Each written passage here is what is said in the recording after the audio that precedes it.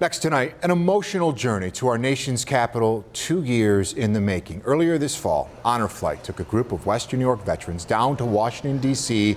to visit their war memorials. Our Taylor Epps takes us through the day dedicated to honoring those who served. Each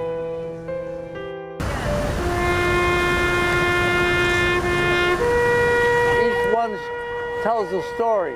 It was unbelievable. Taking our heroes on a trip. It just takes my breath away. And celebrating their sacrifice. It'll be tough to top this day, let me tell you. A day that began in the early hours of the morning. It's mission 10 for the Buffalo Niagara Honor Flight. 35 veterans and their guardians board a bus and make their way to the Buffalo Niagara International Airport. They arrive at Gate 15 to a party and a birthday celebration for Shirley Chido. Happy birthday to you. I feel honored and special. Smiles stamped on the faces of these heroes all before even getting on the plane. As special guests greet the veterans at the airport in Baltimore, passengers can't help but show their appreciation. It's a day that's been planned for months, but for the veterans, it held some unexpected pleasures. This is my nephew. He works for Southwest. From surprise hugs with his nephew to the U.S. Marine Corps Memorial. So yesterday you were at home in Williamsville. Yes, and today I'm in Washington, D.C. with my fellow servicemen. Mike MINEO served as a Marine in the Korean War from 1952 to 1955. I'm glad to be home. A lot of men that never made it home.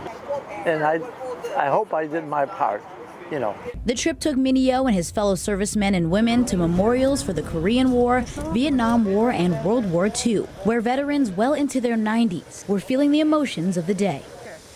Then, a stop at the Women's Memorial. Birthday girl Shirley Chido is one of 2 women on the trip and one of few women who were in the Air Force when she joined in the 1950s. There was about 60 of us at the time. I was a morning report clerk. You sit at a desk and you write down who leaves, who comes, who goes, and that was my job to do.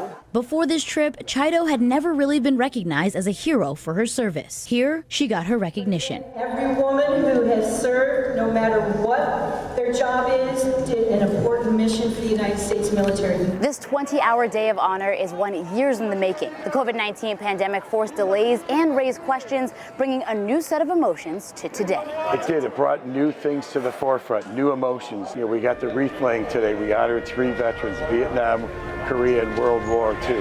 That's something we don't get to do every time, so that was kind of cool. One of those veterans is DENNY MEYER. What more could I ask for? Just a terrific honor for me. People young and old shook his hand throughout the day. These 2 boys thanked every hero they saw. What am I here? I'm no hero. Why not? I just did a job that I had to do, that's all. I went to Vietnam, I did my job, and I come home.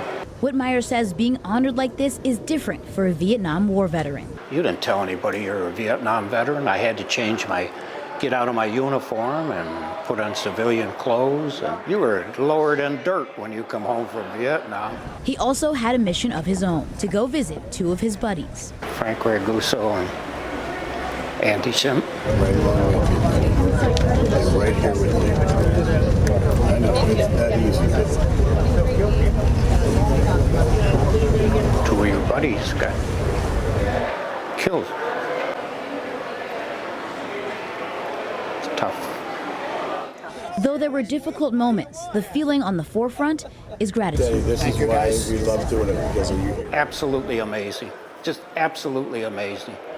The behind the scenes to coordinate all this and do what they did for us veterans today is just unbelievable. As Mission 10 comes to a close and the veterans return to their loved ones here in Western New York, they start sharing what they saw, sharing new memories, with smiles warming our hearts and lighting up the faces of these humble heroes.